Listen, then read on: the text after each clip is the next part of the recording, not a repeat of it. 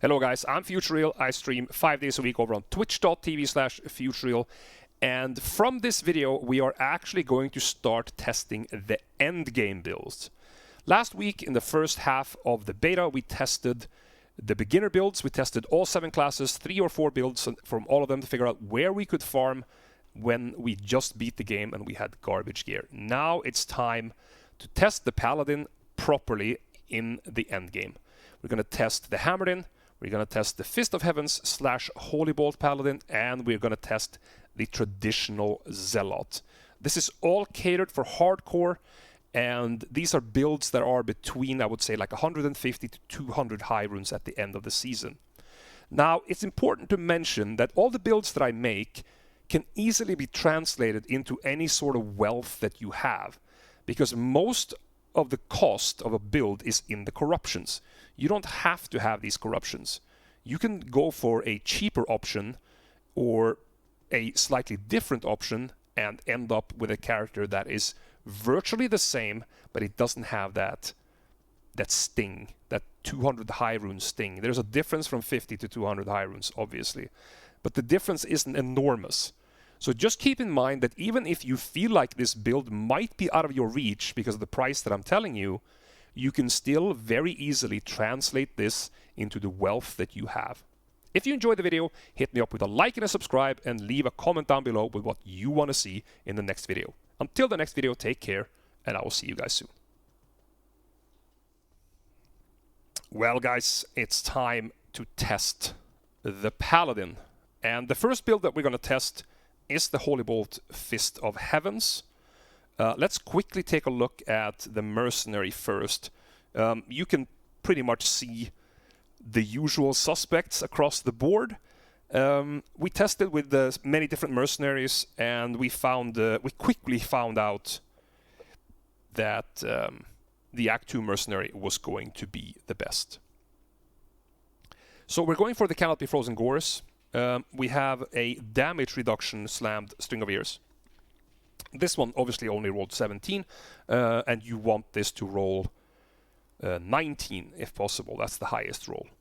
To boost your damage reduction even more, we're using a damage reduction slammed Crown of Ages. This one has 2 4015 IS jewels and 1 4015 max. We also, since we're using a Ghost Spear for our Doom, we can go for either 105 attack speed for the jab, or we can go for 125 for the auto attack. I chose to go for the 125 simply because I can. We also have the Templars. Templars is going to be too heavy for this character, or for this mercenary. He only has some odd 206 strength, even with Ethereal.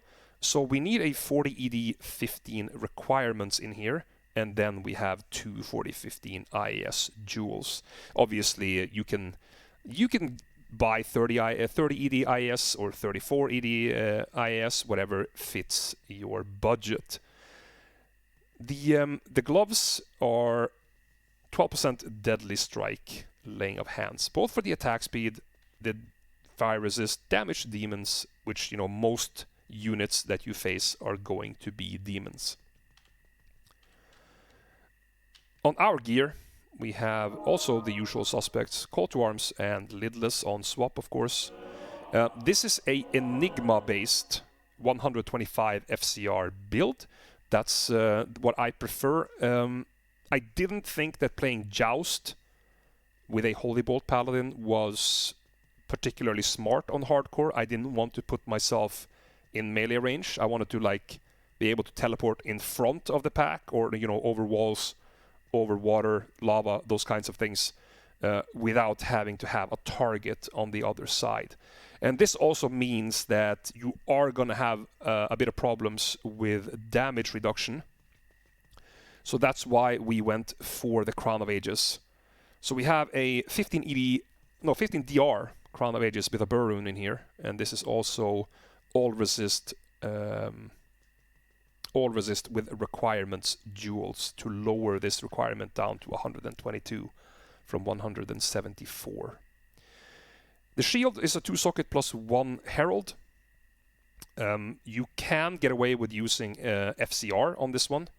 and then either skipping FCR on a ring or needing less FCR on your amulet. The ideal amulet is 2 skills with 25 FCR or 3 skills with 15 FCR, and you would take the 10 FCR here. The weapon, we're playing Plague. This is 5 to Holy Bolt. No, it's 5 to Fist of Heavens, I mean.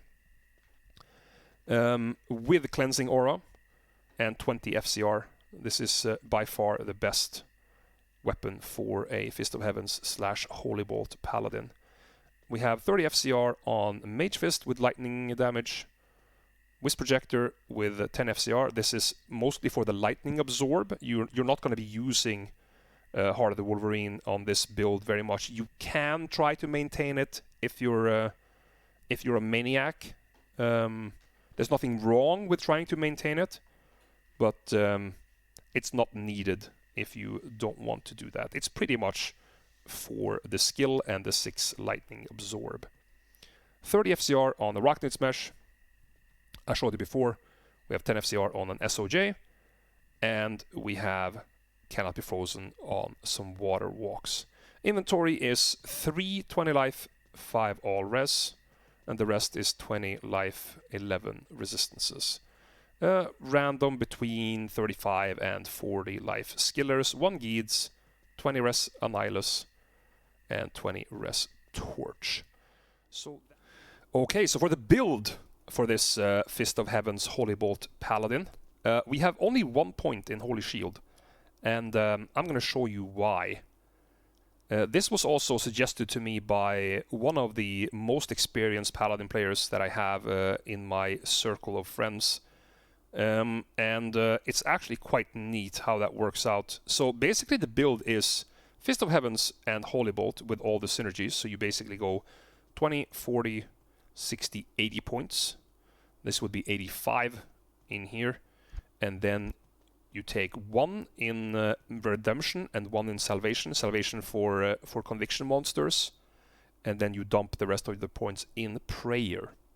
So the reason why you don't use, for instance, Resist Lightning or even Conviction is that it only boosts the initial Fist of Heavens damage, where it lands on the one target. It doesn't really make too much sense to increase this damage very much because it's the Holy Bolt that kills for you. So the more mobs that you one-shot like that, the more you have to change targets. So it's actually possibly even more efficient to do less lightning damage, because that's gonna allow you to keep casting on the same monster over and over, keeping your DPS very, very high with your Holy Bolts. So Resist Lightning or Conviction is more for group play. For solo play, you should absolutely go Prayer. So that was the build. Let's see how it plays. So that is the build and the gear and everything. We have tested this a little bit in the map. It was working quite well. It was a pretty fun build. I have to say I haven't played this build a lot, but I will try to showcase you guys how you should play this build. So what I like to do, and I am by any means I'm not an expert at this build, I am taking information from others that are good at this build, mainly a good buddy of mine, Cassiano, Paladin God, who has suggested me how to look at this build. So I alternate between Teleport and Prayer. Prayer is the aura that you would want to use on single player. Using Conviction or Lightning Resist aura is most of the time something that's going to fit better for group play. For solo play, Prayer works just fine, and when you see that you're getting down towards like 30% life, just make sure that you swap over to Meditation before this mana pool is completely expired. The build is very, very thirsty, so you are gonna have to get used to swapping between your auras. There is there is really no other way of doing it. You cannot keep this build sustained with mana potions at this level. You just spend too much mana. There is a consideration to make to go for a second Stone of Jordan here, but then you would lose the Lightning Absorb. You get slightly weaker when it comes to being able to soak up damage, but you will get a substantially higher mana pool. So that is up to you. This was what I was suggested to do, and I have to say I do like this build quite a lot. It's probably not the fastest build you have seen in maps. I would say that this is probably in the bulk of second best builds, together with like Javazon, maybe at this point Boazon. I don't think it has fully the speed of the, for instance, Poison, Corpse Explosion, Necromancers, or the Throw Barbs. But a very, very cool build. Can deal with a lot of stuff. We have lightning damage, we have magic damage, we have physical damage from the Mercenary. He is currently doing about 10,000 damage, so he is very, very strong. He's also at 47% damage reduction on this build, so he's very, very strong with overcapped resistances as well. So all in all, this is a very cool build, and if you compare this to what we talked about in the early game builds, I think the choice of going Holy Bolt, Fist of Heaven's Paladin is a very, very good choice. You're not going to be the fastest, but you're very, very safe. I mean, you are fast, don't get me wrong. This is still a fast build, but you're not crazy fast. You're not the one flying through the maps. But this is a... I would say, if I had to use the conventional tier list, I would say that this is either a A+ or a S- tier build. So that was it for the Fist of Heaven's Holy Bolt. We're going to be trying the Hammerdin now. I'm not entirely sure where to try him, but we are going to go for some maps. But I hope you're going to like the Fist of Heaven's Holy Bolt, and we'll be back with the Hammerdin in just a few minutes. Alright, it's time to check out the Hammerdin and what he can do in the endgame. We have the same Mercenary as for Fist of Heavens. I didn't see any reason to stop using that one. The Doom is just amazingly good. The Holy Freeze is gonna give you a lot of defensive backup, the same as his 9% damage reduction from Defiance Aura. So I firmly believe that this is the strongest setup for a Hammerdin Mercenary. If you do want, we can quickly go through the gear. So Canopy Frozen Gores, damage reduction String, damage reduction Crown of Ages with All-Res, and no wait, not All-Res, with ED-IS and ED-Max in here. And we have one ED Requirements jewel and one or two ED-IS jewels here in this Templar. And then we have Deadly Strike on Laying of Hands. As for my gear, it is exactly the same as for Fist of Heavens, except the weapon. We have made a Plague in a +3 to Blessed Hammer's Scepter. And this is just by far the best weapon. The Cleansing Aura is unbelievable. It's one more skill than Heart of the Oak. So, but you should go for Plague if you can afford that. We are playing Enigma, of course, like before. We have exactly the same gear. The Crown of Ages with all res negative requirements and a Burr Rune. We have the 25 FCR is what you need here, or 15 with 3 skills. And then you can take your FCR over here. Double Bird, Zakharum, SOJ and Wisp with FCR. FCR Arachnids, FCR Mage Fist, and Canopy Frozen Waterwalks. The inventory is also the same. Life resistance across the board. 20 res, 20 res, and about 36, 37 life on the Skillers, and then 1 Geeths. So, I think the only thing that I want to mention here that might be unusual is that we don't play Joust. I don't really like the idea of jousting into mobs all the time.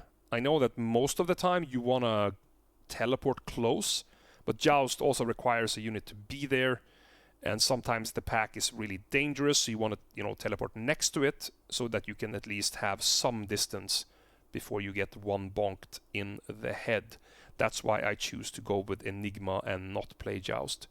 That being said, our build is a completely standard Hammerdin build.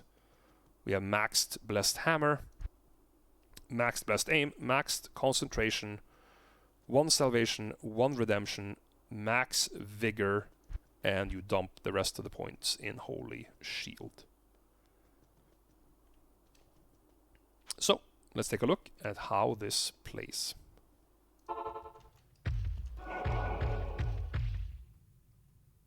So, traditionally, the Hammerdin in Project Diablo 2 has been a little clunky.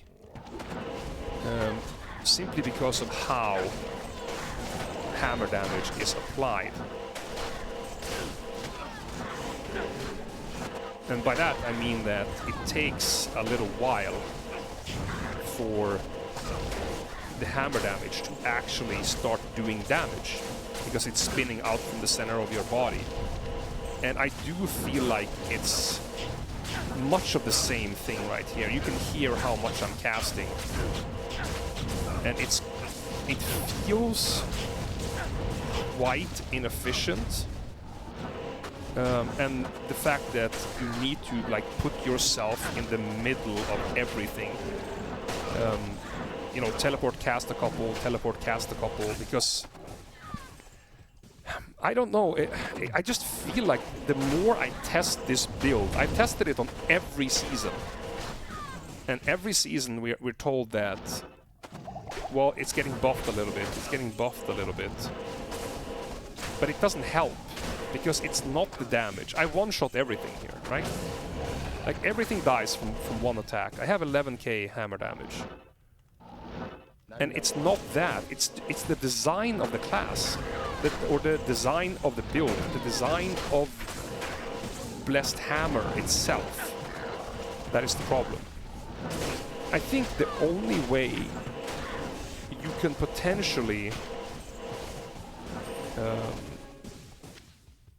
make this build better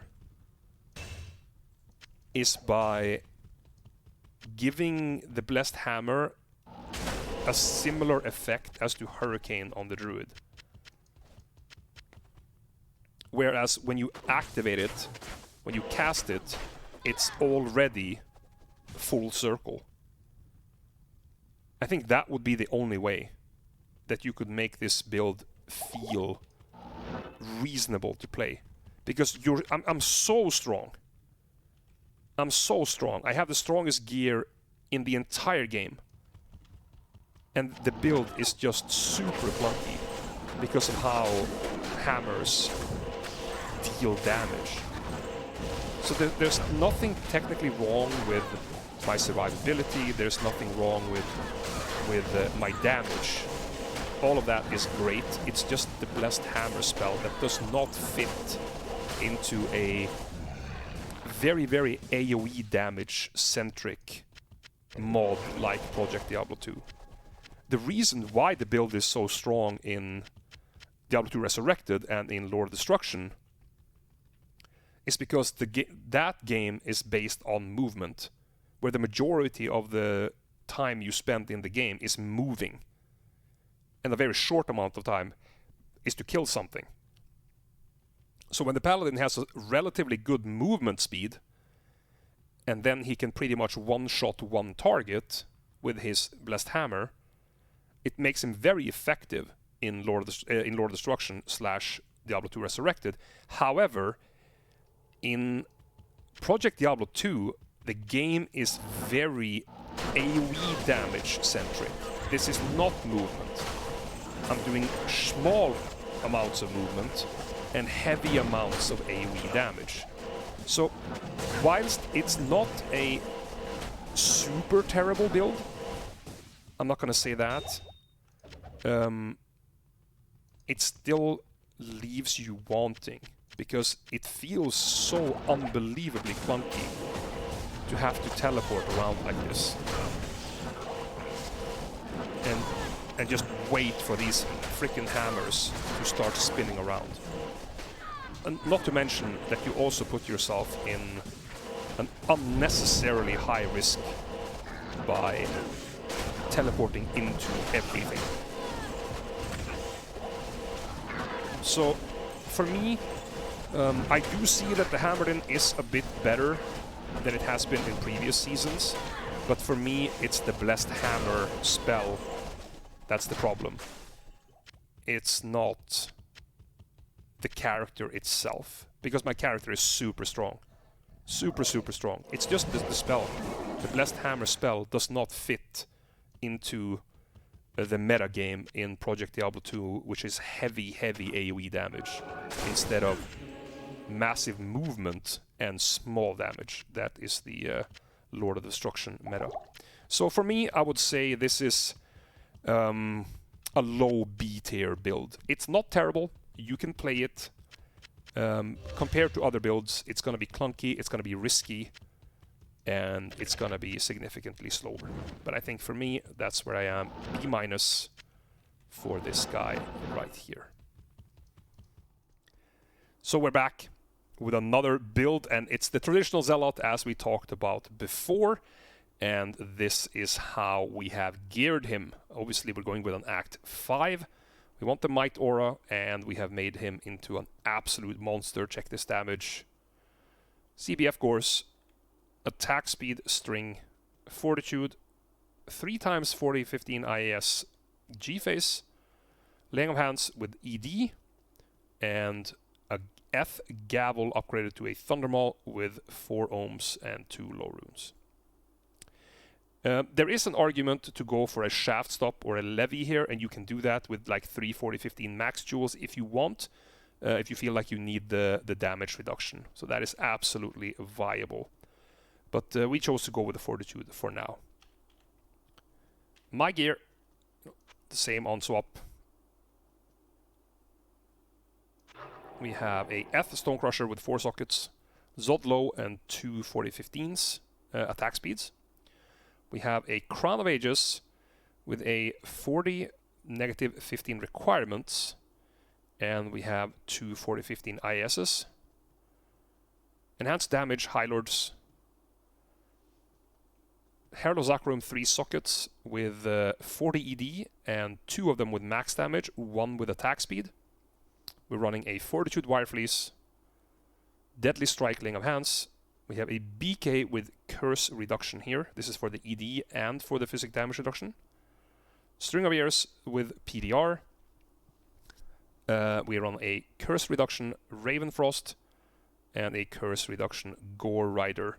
This means we have 100% Curse Reduction with the Crown of Ages, and we have, we're supposed to have 45% damage reduction if the string and the BK roll max. You can also take this all the way up to 50% by adding 1 Burr Rune in the shield here if you want to.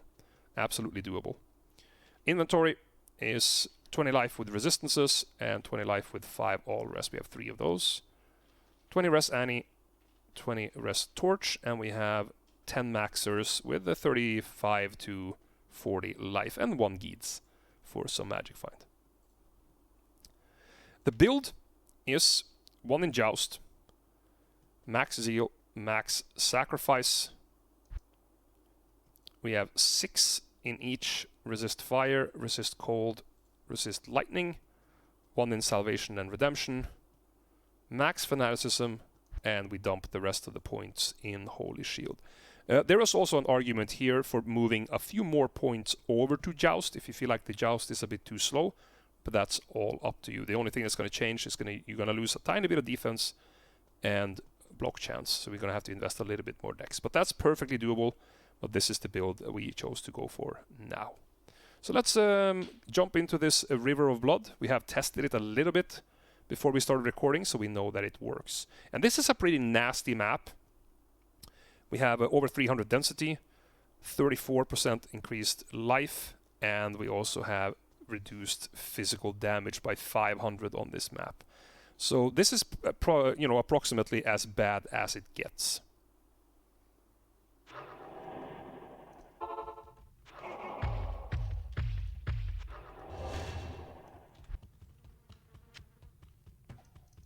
So we joust in, just blast these,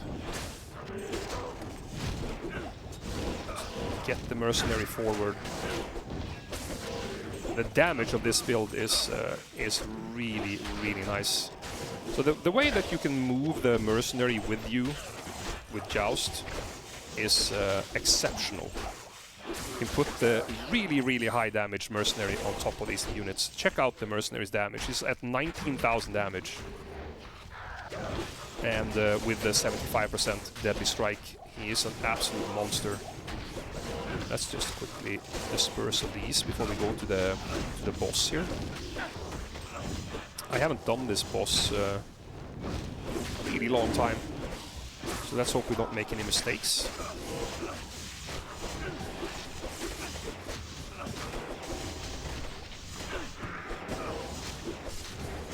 But this is pretty cool for a melee character, I have to say. I'm not sure how this fares in clear speed when it comes to other melee characters, but in entertainment value, this is pretty damn good. Check out the damage here, guys. This is Belial, and he's just gone.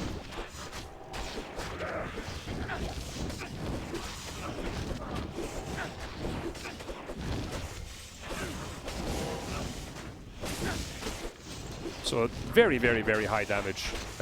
You can make this build a little bit more tanky, as I told you, by inserting a burr rune if you want to, and also by having a better roll on the BK ring and the belt. So you can take this build to 50% DR, you can take it to max curse reduction that we have, max block, max res. We're overcapping resistances by quite the margin right now. We're about 1/30 of each. So we are almost immune to conviction. So this build has super, super high damage, and it's a very, very fun build to play. As I mentioned to my stream chat a few minutes ago, I am not the most experienced player with a Zealot build. So if you see the gameplay being a little bit Pepega, that is probably justified, as it's been many years since I have played this build. But definitely check this build out if you are interested in playing a Zealot. Very, very nice, and I hope you enjoy.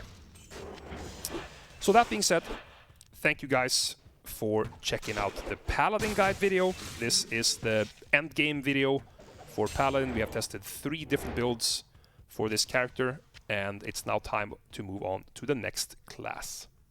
If you enjoyed the video, hit me up with a like and a subscribe. And until the next video, take care, and I will see you guys then.